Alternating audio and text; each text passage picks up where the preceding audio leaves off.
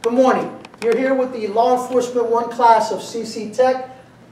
We have Miguel on the Segway today. The Segway is one of the newer technologies being utilized in law enforcement, specifically in the community policing area. Today, Miguel has received instruction, as well as the rest of the class, in the safety and proper use of the Segway personal transporter. Currently, Miguel is just ready to demonstrate the Segway. The Segway is used in community policing. Basically, it's an icebreaker with the community. It became famous years ago during the movie Mall Cop. And believe it or not, police are utilizing now in the community policing area, and it's a big conversation piece for community policing. Miguel received his first initial training this morning. He's getting real comfortable with it. Miguel, why don't you show us what the Segway is capable of doing? Go slow, Miguel, but take a ride around the classroom. And,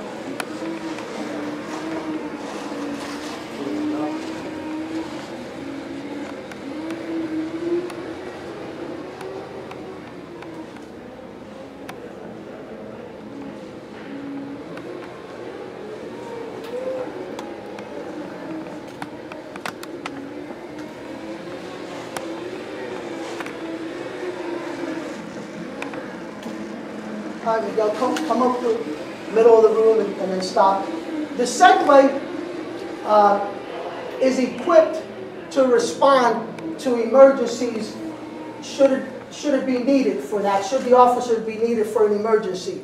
The Segway, as you can see, is equipped with emergency flashing lights to get people out of the way, and it has a portable audio device, such as a siren, to get people's attention and get them out of the way. Miguel, you feel comfortable? Okay. All right, come up here, Miguel. Pose for the camera. What camera? Right here. All right. Thank you very much. Thank you. That concludes the Segway demonstration. What we're going to do is we're going to transition over to the laser shot room, and we're going to explain to you a little bit about the technology about laser shot. Thank you. We're here with the Law Enforcement 1 program again, demonstrating one of the technologies that we've received for the school. It's the laser shot technology. Laser shot is a simulated training tool that we utilize in law enforcement to give the law enforcement officer a true perspective of handling scenarios that they might come upon during their law enforcement career.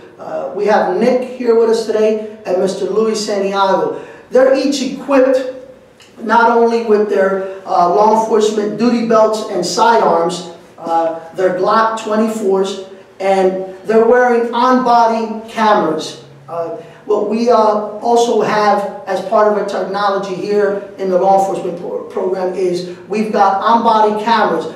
I don't know if you've heard, but law enforcement is transitioning and requiring a lot of its police officers to wear on-body cameras, which basically tell in real time what's happening, audio and video record what's happening. They're equipped with audio and video. That's what they're wearing here today. We like to wear them for training. Once we get done the training scenario, we download the film, okay, the video, and we use it to critique each other and see how we can improve on what we've done with any given scenario.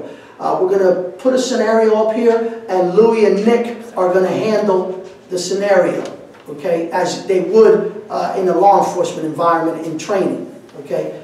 You guys ready? Yes, sir. Okay. We're going to turn the lights down a little bit so they can get a better picture. Hopefully it won't mess with the video, and you'll still be able to see what's going on. You gentlemen ready? Yes, sir. Okay, here's your scenario. There's some guys that are about to start fighting in there. You might want to get in there. Put your gun down! Put it down! Put the gun down! Put it down! Put it down! Put the gun down! Put it down!